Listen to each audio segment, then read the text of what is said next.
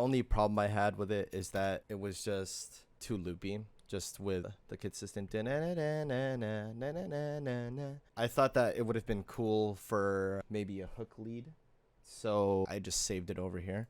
It's always good to save all the MIDI clips that you come up with, just because when you start to get an idea block, you can go back and just honestly activate some of them. You'll find something you never know. Like, I guess that was another idea, just in like a legato thing. See, but those ideas could be used. So getting to this, I think I just played with the MIDI, and then I eventually came over to this idea, which is the main hook melody.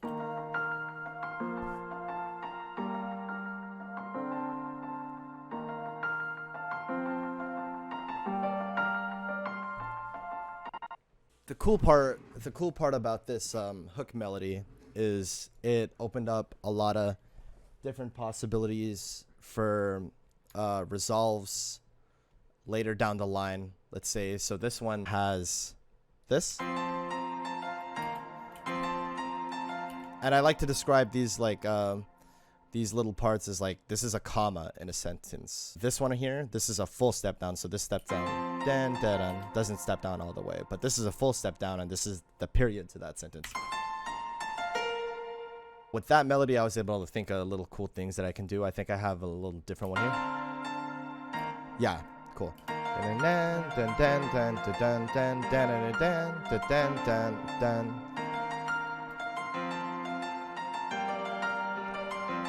So yeah, that's the melodic structure so far. Those were the first initial ideas that I thought of, and that's how I got over to the hook melody. After figuring out like a really good hook melody, I went back and then worked on this mixing section. And so after I was kind of just putting these parts together, the initial idea, I set like a little mix-in point. So I was like, what is this, 16 bars, something like that. And got the drums down here. The reason I had these 16 bars here was just for a good mix-in point. Everything in this section is done more or less for the sake of me just wanting to fit it wherever on a set. So here, after laying down the drums, a little bit of adjusting going on here. I have the kicks on 1 and 3 at 0 dB, wherever, like, you know, at the original source that it's coming from. And I have the 2 and 4 ones on a -3, just so that the transients of the claps, etc., any sort of percussion I have layered on top of that kick is like evened out. And that's solely so that, you know, when I take out, if I take out the low, like, you know, mixing into this song from another one, it's not gonna clash like too hard. And so just light minimal percussion, delay on the hi-hat, just to add a little bit of a stereo space. It bounces off, just kind of reflects off of the walls. And a little bit more percussion, just adding to the overall fullness of it. That's one thing in production, is that, you know, never be afraid to just fucking throw shit in there. It's always free game for that. And so the heavy lifting on the melodic work in this section is just the synths here. I absolutely love the fucking bass in this. Where did I put the bass? It's down here. This is actually, oh yeah, this is this is a later one. This is Trillion. And this one just has the sub. I liked how this sub sounded for some reason. It sounds like really round to me. I don't know how else to explain it, but it's not too just like deep subby. It has a little bit of mid end, like right here. And just because it has that little part, you know, it adds a lot to the body, especially this part too. This is already a thick enough sounding thing.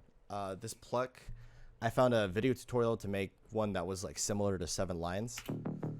And the cool part about this pluck is that it's not, you know, people sometimes think that like, oh, a pluck is just, you're gonna only use it as like what, like let me see, I gotta get the MIDI on this.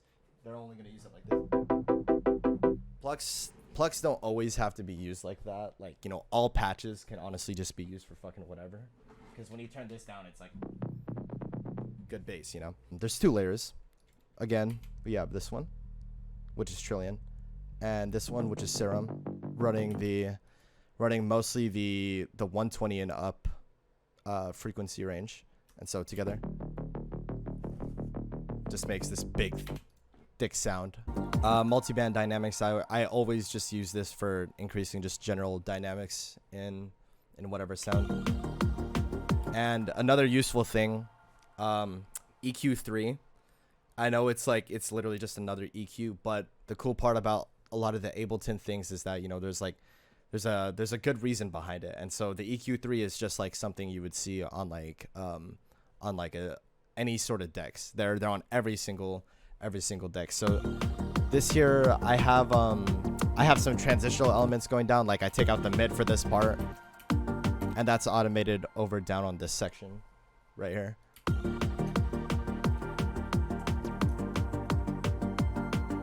And so going back up to the other synths, below this is a gated pad right here. I have another pad. This is just meant for layering and filling out the space. I like this one a lot. This is actually the preset I use for Bloom.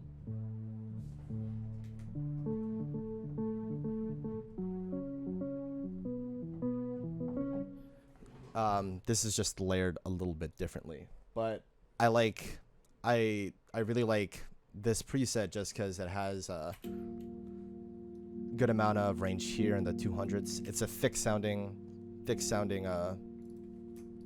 patch, I should say. And so the gate pad too, pretty thick as well. I love this one. This is literally a stock Serum preset. The PD gated pad. I don't think that I did any changes to it. All the processing is just here with Ableton's stock plugins.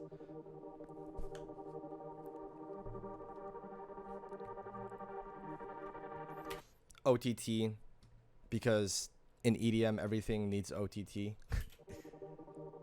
But more or less OTT is just really good for bringing out presence, in my opinion.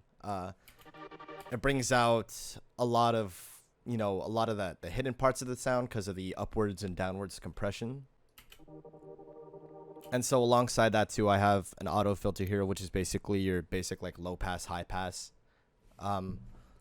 Another thing too, just something too that I was like learning off of DJing is that like a lot of these elements in here, it's like they're just all free games. Imagine you just kind of pull them up on a mixer, and then you play the song live that way. You can mess with the effects on every single thing. That's how I like to think of it. So yeah, auto filter, this goes in and out so that it creates just some motion.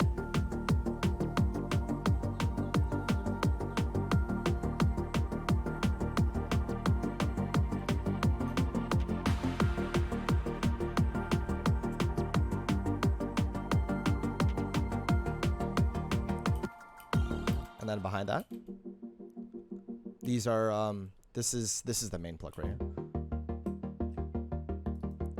and this is Vital. In Vital, I found a tutorial on YouTube Shorts on how to make the clarity plugs from Zed, and this is what it came from that. It's a very simple design too. Only one oscillator with just a very short decay.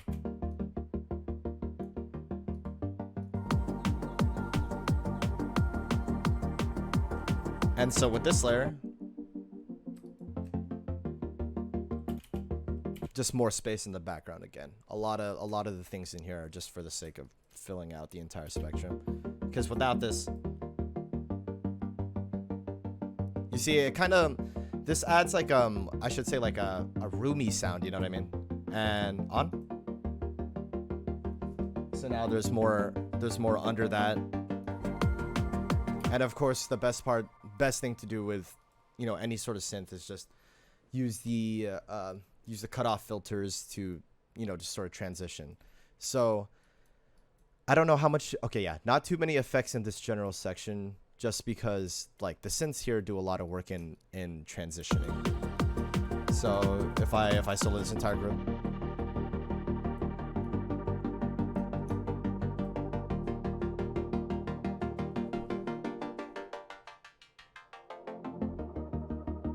So yeah, that's for that part so far. Everything does their own thing to kind of contribute to the bigger transition into the verse. And so for that, the effects sounded really cool when I was previewing this, but we have Labs, which is another free plugin. This is one of the best plugins that you can also get for free. And this pack as well, the Arctic Swells pack. This,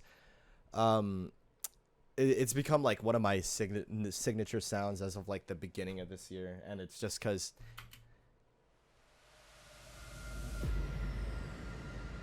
it adds like it's very cinematic. And one thing about it that you should know is that this pack in particular is very velocity sensitive. So if you really want it to stick out like that, you just gotta max out velocity on all the notes in your MIDI clips. And so with this one, I think what's the key? It's D sharp major.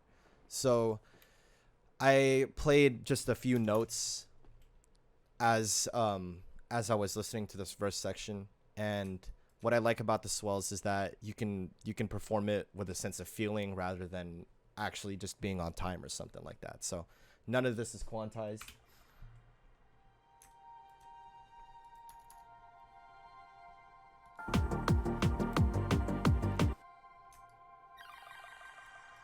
And we have this. This was made from a Serum preset with some extra effects on it. That's crazy. I don't even remember putting this flanger here, but that sounds really cool. It was made on Serum, and I just bounced it over to audio and played with it as an effect.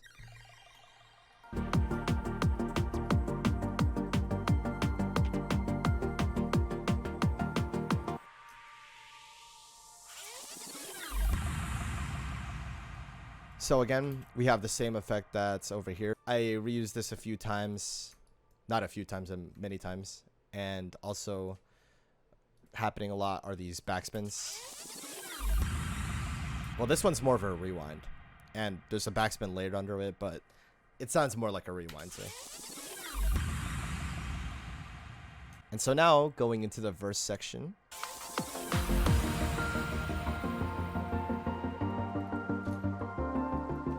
Okay, so a big difference between the verse section and the intro section is that the intro section has a different arrangement here. I only switched chords per like 2 bars so that it gives this elongated feeling. Like, you know, this is like an idle section, you know, part of the mixing section, you know, blah, blah, blah. It's meant to be perceived as very much like as just like that floating section. And so when everything here resolves to here, to the verse section, then you actually have movement in the chords that dun, dun, dun, dun. And so now it's a change. There's more impact on the initial hit.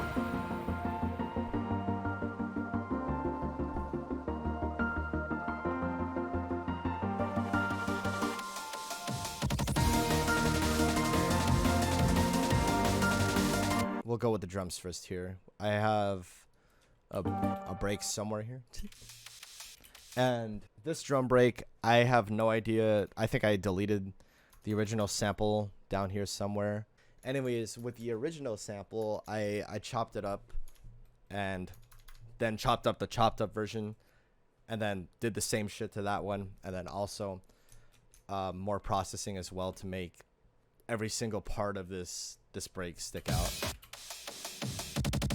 So big shout out to Me and My Kidney, because he was the one that got me into breakcore and whatnot. So I love to throw a little bit of influence in there from him, and just general breakcore. So OTT starting off here. This brings it forward in my opinion.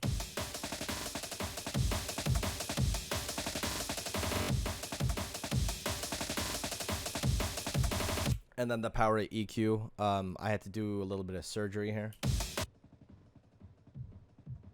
I went to go find that thump of the kick, and then boosted that. And so one little trick that I like to do with high end is boost it. Like, for example, like with drum breaks, they have really strong high end in the hi-hats here. Too much of that could be really bad, but if you're willing to drop $300 fucking dollars, you can get Soothe or actually just use a de-esser. But that gives you room to basically increase it a good amount so that the perception of the highs are there, and then Soothe or any free de-esser could take that down for you. It's just another depth of precision that you can get. And so of course I have this targeting this in this section, and then going over to dynamic EQ, there's more boosting going on, and the same as areas that I haven't. And then this was me trying to boost the snare here, I think. Yeah, that is the same.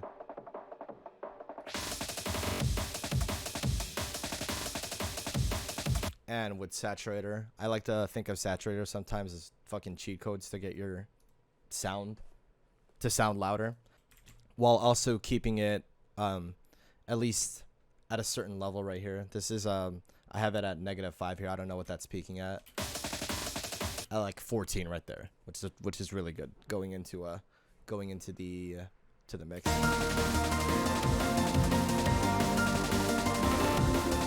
And then after that, the build up actually is just really simple. It's just the drum break, a clap, a very typical sounding one, and the same kick. I recycled the same one over throughout the entire song. Don't be afraid ever to recycle your elements, because you can always change how they're perceived in these other sections. With the kick, it's the same kick with just a little bit of low end here, and then when it speeds up, I did the same thing with lowering each in between one so that it wouldn't stack too much.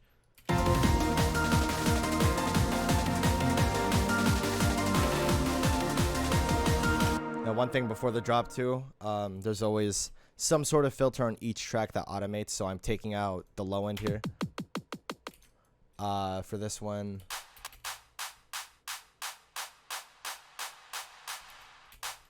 changes there. I actually have, I have this here, in the build up section. Like on any DJ deck, how you have like your filter knobs, how you have like your effects channel, and then you have like the 3-band EQ on top. That's all in the mixer console, right? I like to think of all of these tracks, you know, like as if they're kind of going through a deck.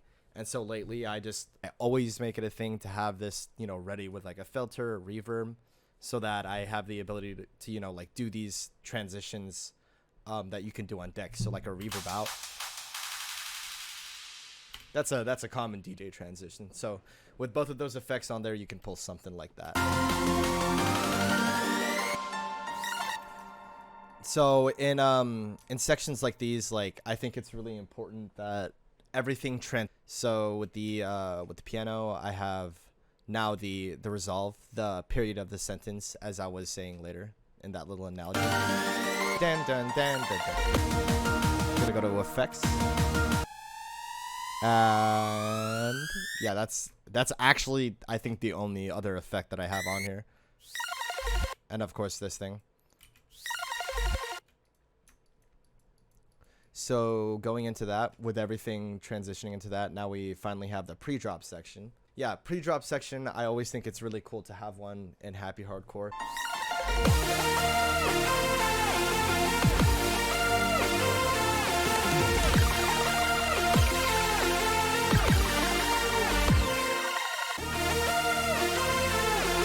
Let's go to synths first with the super lead.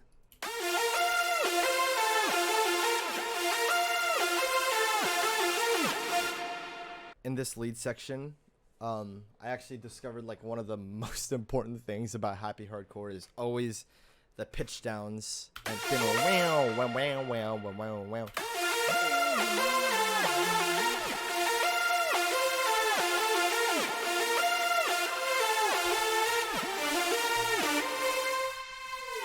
let's walk through the patch first. Another preset that I found just on one of my searching days. It's this LD Rave by Samo. It's basically just a saw, a really easy super saw, one voice monophonic, with some glide on it. Now getting into like the sound design, I have the frequency shifter in Ableton. I like to use this as a pitch down effect because sometimes there's not always a pitch down option. There is one in Vital, but it works a little too differently than expected.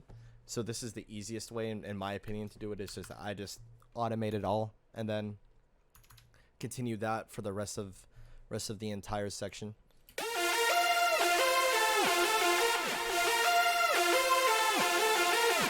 And so you've got your regular OTT. This is on 20% just to push the sound forward. It's sidechained over to the kick.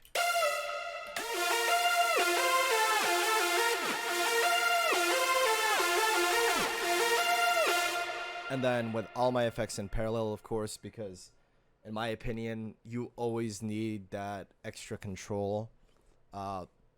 If it's on an instrument or something else, you can definitely just kind of slap reverb on something, because I just did that, of course. But when you're doing like sound design and whatnot, you always want to parallel your effects just so that you have like total control of where they kind of sit. So the reverb. And I can mix all of these independently. So I have reverb by -6 and delay -10. Saturator. This is just adding a bit more character to the sound. Looking back at it now, I honestly just wish I distorted this a lot more, but it sounds good, so I'm happy with it. This one right here is a transitional reverb. It's this is the that instance I'll say where I just slap reverb on. This is just for the sake of like having it as like an FX. So you know how you have, of course, like I said before, like the effects channel.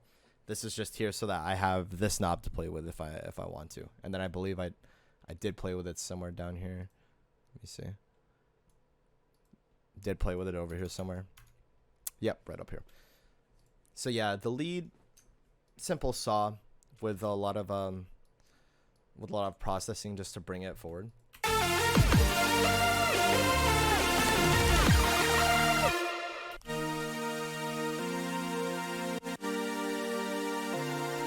And so yeah, this one, it's crazy. I didn't even do my utility sidechain that I usually do. But on the super saws, I have 3 layers just going on.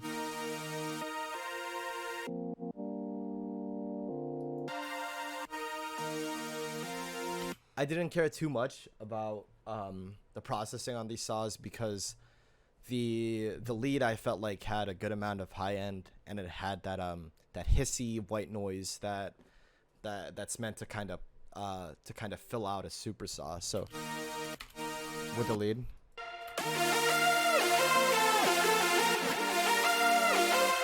it's, in my opinion, it sounds just a lot more different when you have it. When you have the lead and the saws combined. After all, they're both saws, so these two synths are actually the same exact thing. So going on here, OTT, of course, EQ, and I'm being careful of the mids on the saws just because on like regular saw waves, especially if you have like the cutoff like all the way up with the full spectrum out, the low end like right here tends to just sound like a little ugly.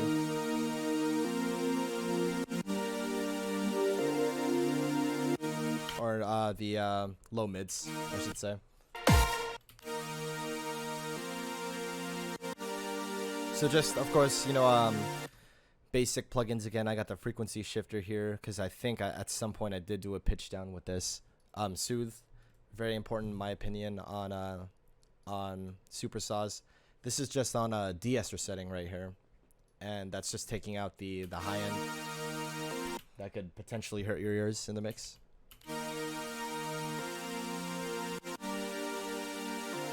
And sidechained with utility, of course.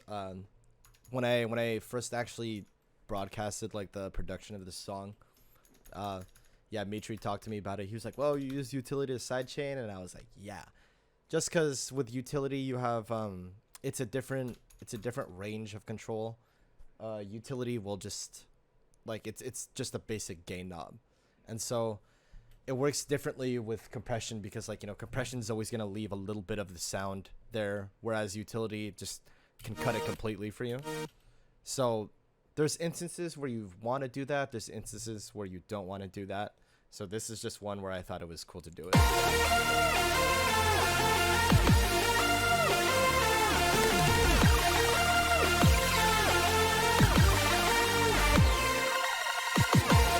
So going on here, I'm so sorry about that piano sound. It's something that commonly goes on with the any piano patch that I use. But anyways, here, let me turn on all the layers again.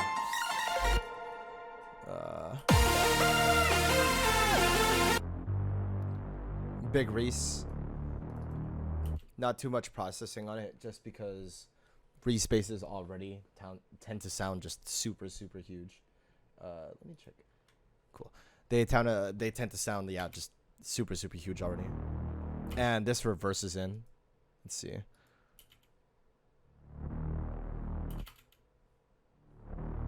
Oh yeah, the effect is on the group right here. For a second I was like, what? So yeah, just cutting off over here in the 4/500s range, just cause that clashes a lot, I think, with the ugly parts of the saw. So if you listen to like 400 range here, it's like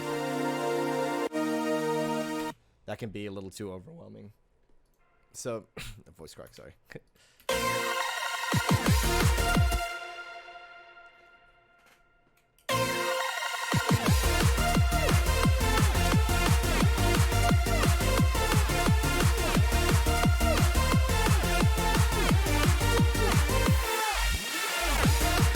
So yeah, going into that part.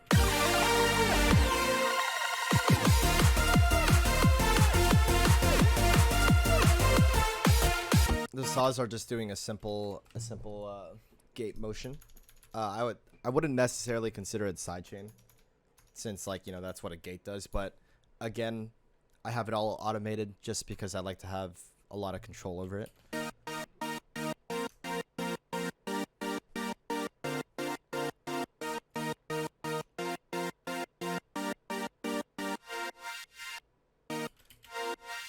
So cool little thing.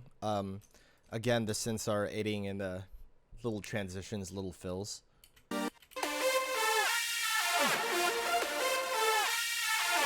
And there's that little high pass there. Let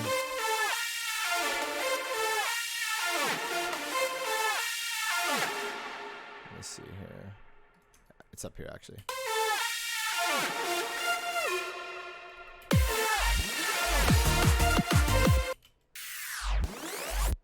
And that's the little fill for right here. Just, I think... Just that, I think, actually. It's always good to put these reverses in, just because it gives you a little swell into it.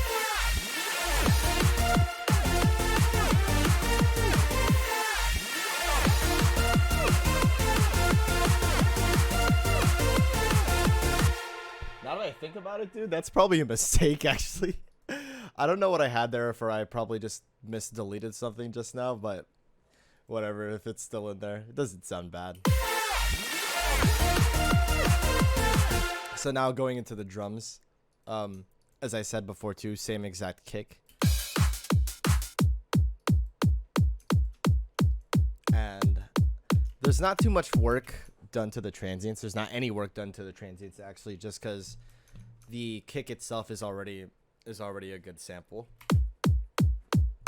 Without it, let's see what it sounds like. Yeah, see. So a little bit of processing done to just bring out the full range of it, or not the full range, just the important parts. And so with that gate pattern that goes on up here in the synths, that gives just, like, you know, a lot of room to the kick. The kick's only playing right here.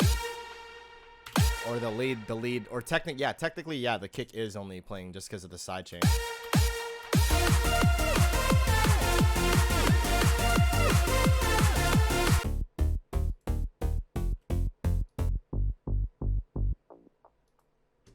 So another bass patch that I made, just layering these three.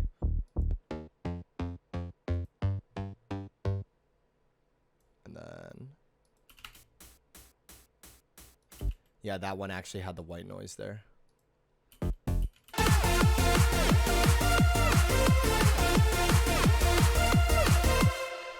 I'll go back over that in a second here.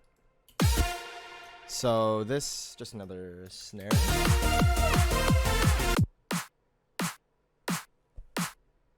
Layered 3 times.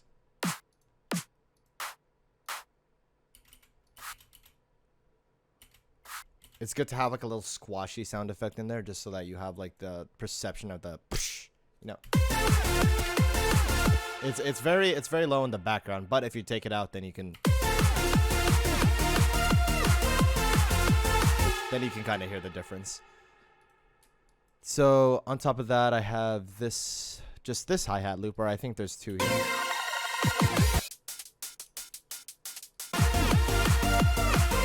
And it's funny because they're fucking house hi-hats. This is actually supposed to be for like house or like techno or something.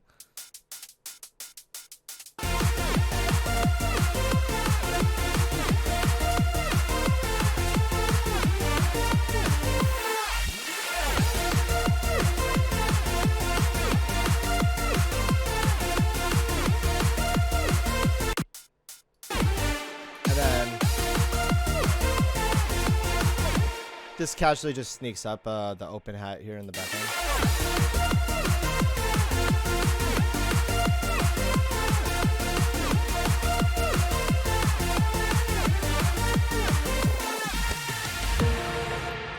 And so let me see, what else do we have here? So going back to the bass.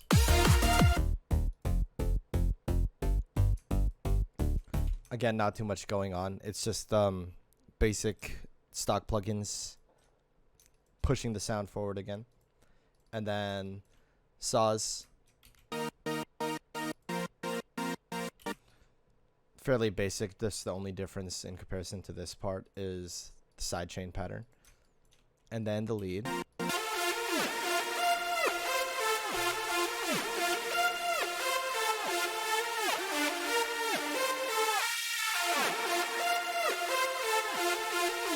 And so, like, yeah, the cool part about, you know, like, back with what I was talking about in recreating that melody, and, you know, like finding the melody that ended up being the melody for this song, like, it gave some, you know, cool effects to like these parts, you know.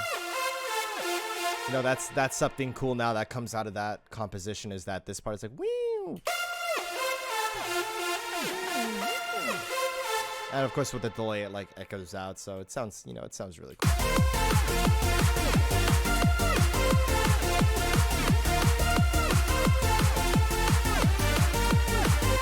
And ever since I saw Skrillex doing backspins, like, you know, that became one of my most favorite transitions. So I incorporated it like one time in Popstar. I used it one time, and then now I wanted to use it in this as like a very like, as like something that's in there. It's like, oh cool, a backspin. So we have this.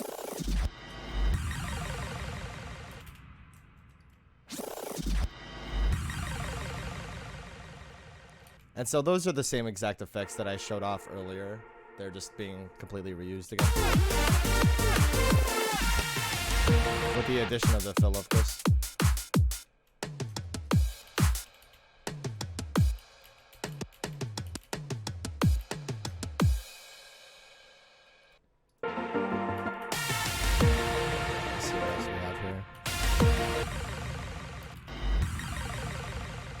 Of course, the really dramatic downlifter. That's always important, just to kind of rest your audience right when you go back to this section. This is my favorite part in the song, personally. So now, what's going on now in the arrangement is that now this is just being played on like a lower octave. And that's just to give it the more emotional feel, because I really like to have everything, you know, just super emotional in my music.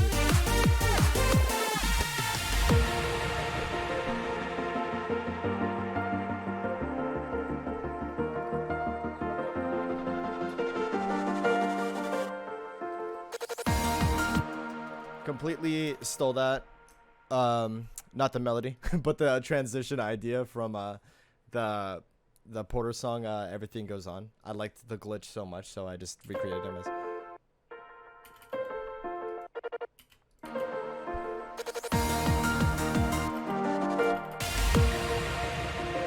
And another thing with the synths too is that they these plucks, yeah, the mid end isn't exactly there when it resolves into the verse.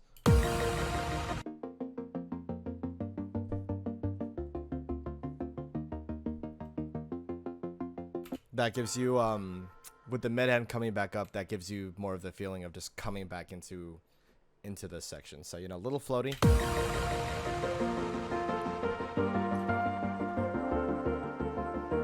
Same thing, gate pad doing some transitions, starts out full.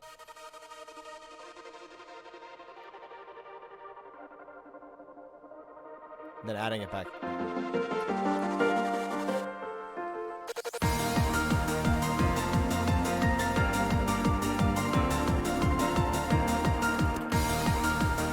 And then more pads added for this section.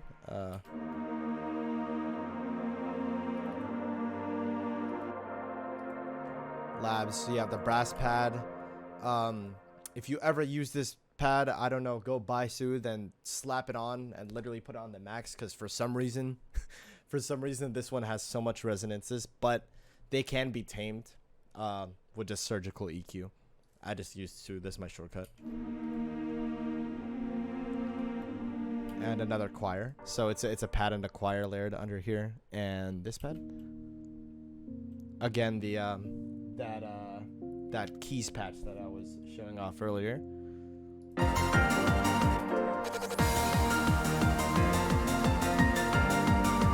And now this section has like a top note. I like this because it added a little bit more of a hopeful feeling.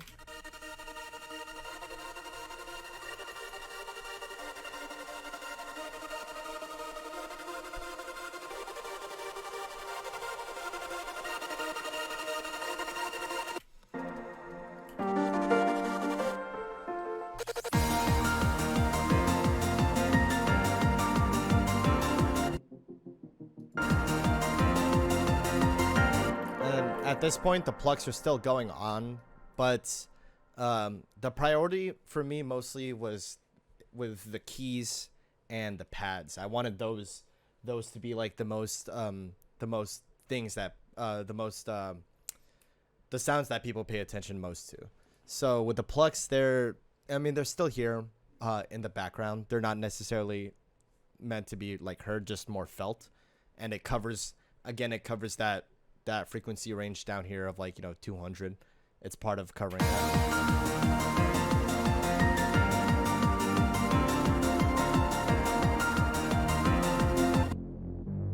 Basic Reese under it. Not too much processing once more. And back up to the piano up here in verse 2. So this is completely a new clip, just because this or completely new track, actually, just because whenever you have, like, higher velocities in piano, I personally think that it needs to be processed differently, just because this sounds a lot more different than this. Yeah, soft. At that point, if it's a piano played like that soft, then that action, all of the melodic part is going to be like just mostly mid end. But when you play like really hard with high velocity, then you need to have processing, in the highs, mids. It's more evening out and bringing out the parts that really matter. And so with high velocity pianos, they tend to have a lot of high end. Soothe does some work here. They have some presets on here for pianos, and it takes out some of those really nasty parts. For example, that one. And besides that, yeah, it's the same exact processing that I have with the other piano, just with parallel reverb and a little bit more EQs going on here. Dynamic EQ as well. Just controlling the dynamics once more. Piano is just really like sporadic, so you need a little bit of a control within it if you want it to fit in the mix. And then now going into the MIDI behind this, it gets really cool. So this was my favorite just because of the melody here, but there's a little step up. Let me see. Can I condense this? Yeah.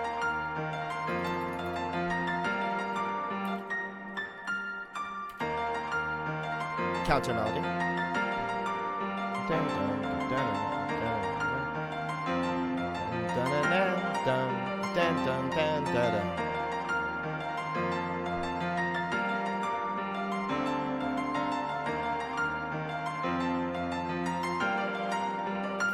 And then the chords as well, they have a lot of motion. The piano and the pad are the ones really responsible for carrying this section along.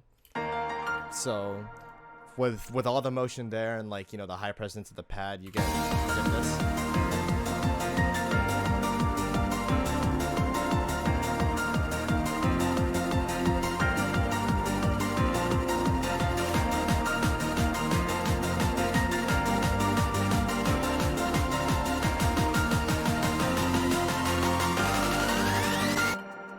So the only difference in this build-up is this really big step down. I wanted to have this as like the peak of the song, so it goes dun dun dun dun dun dun instead of dun dun dun dun dun dun dun dun dun dun dun dun. Let me see. Can I find it?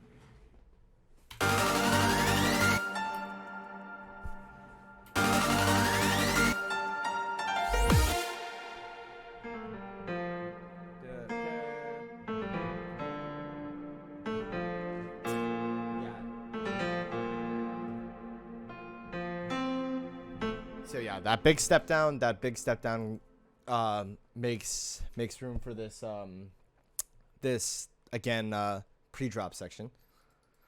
And this is where I, you know, just start to make it like sound like, you know, like say epic, right?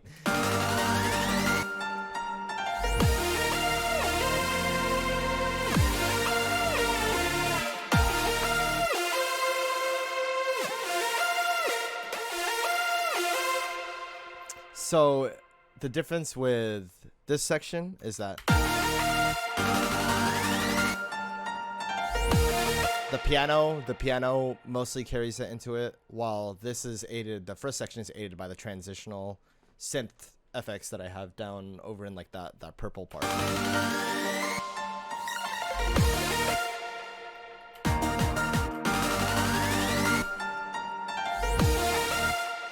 So that's the difference there. The piano creates the impacts.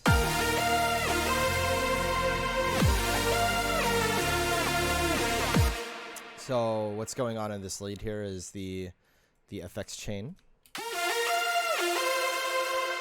There we go. That's the automated reverb working.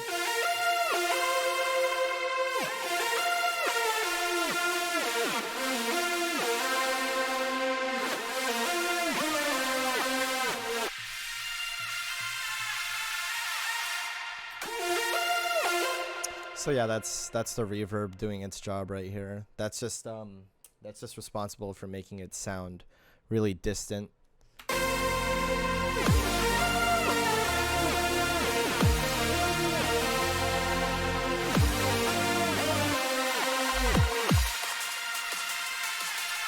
And then in this one too, I believe I have I made a tail for it. Yes, I made a tail for it just because it cuts off a little too much here.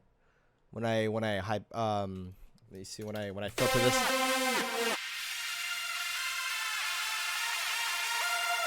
So I froze the tail. I just bounced that over to audio and included it over here.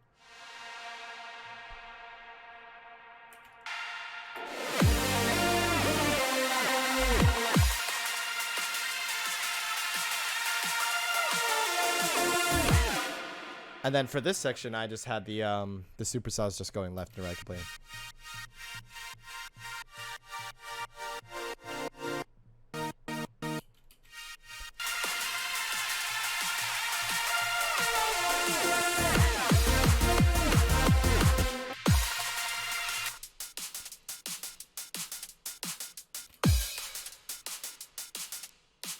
Somewhere on this group, I have the same reverb setup going on that brings it back into it, and of course that just goes back to the whole learning those transitions in DJing. You can just do them in production.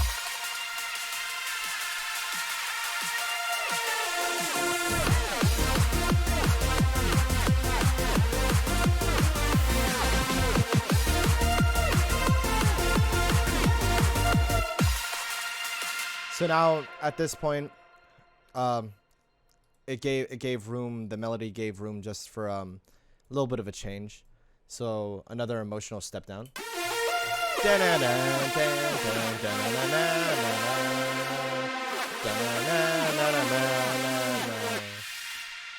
So that this is like, this is one of those melodies that I perceive as like the song's coming to an end.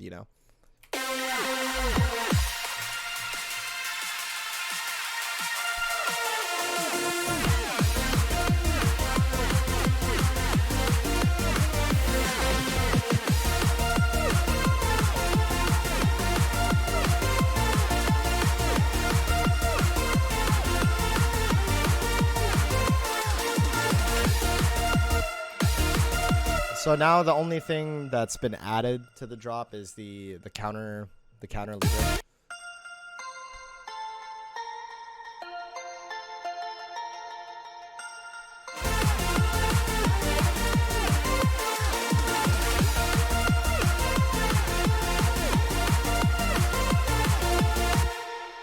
The same plugins that I've been using and the same techniques that I've been using were also just applied over here.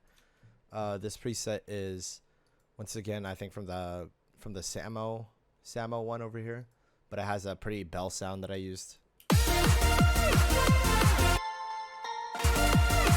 with some manual gain control, because there were some parts that were just, I just needed this to be loud, just so that.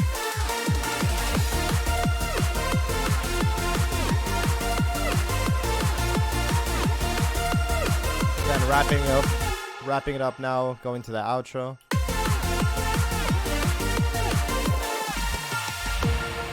Same exact transition that's over here in the the first drop.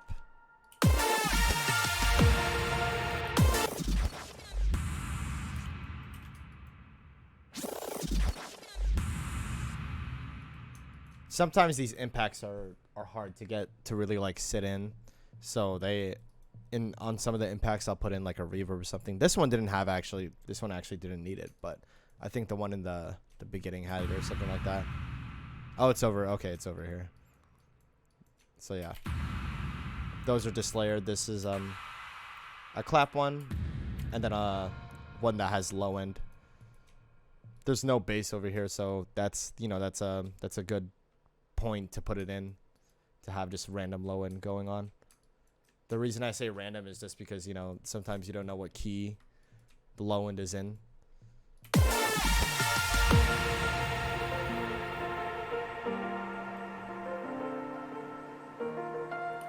Ambience, of course, that's another signature thing with my songs, is that I never like just straight up silence unless it's like a rhythmic silence or something like that. So I have like, how many is this? A lot of tracks just stacked up here.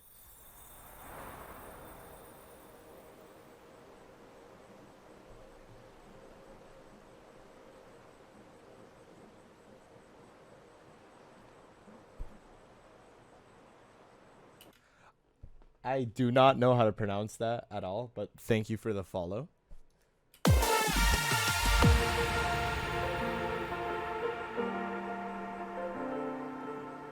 And now the piano just carries it out here.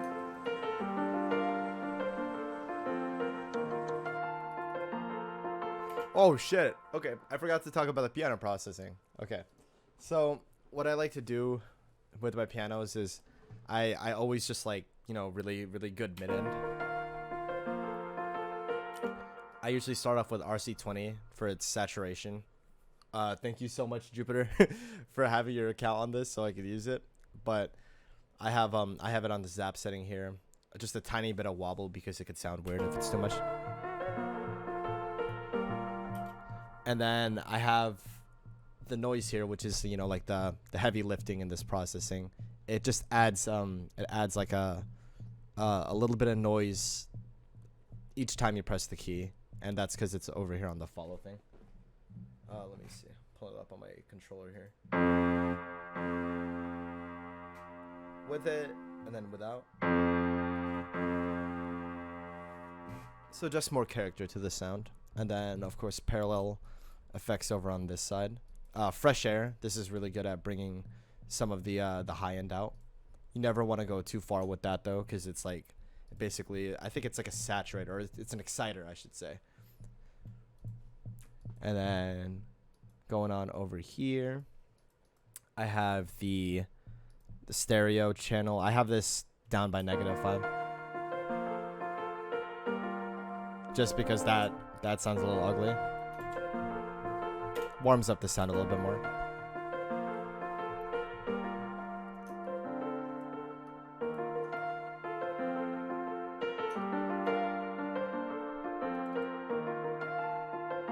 And then adding just like, you know, an emotional outro. This is all just played softly.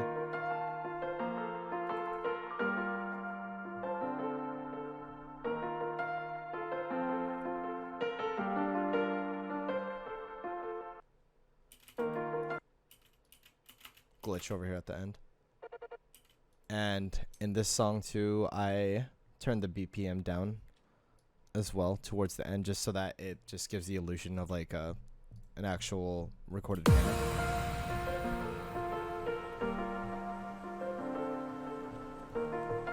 Over on drums now.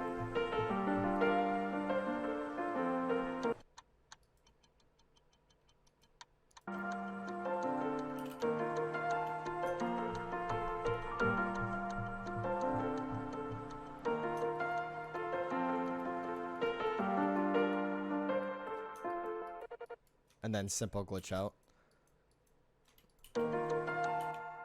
And then another counter melody added towards here.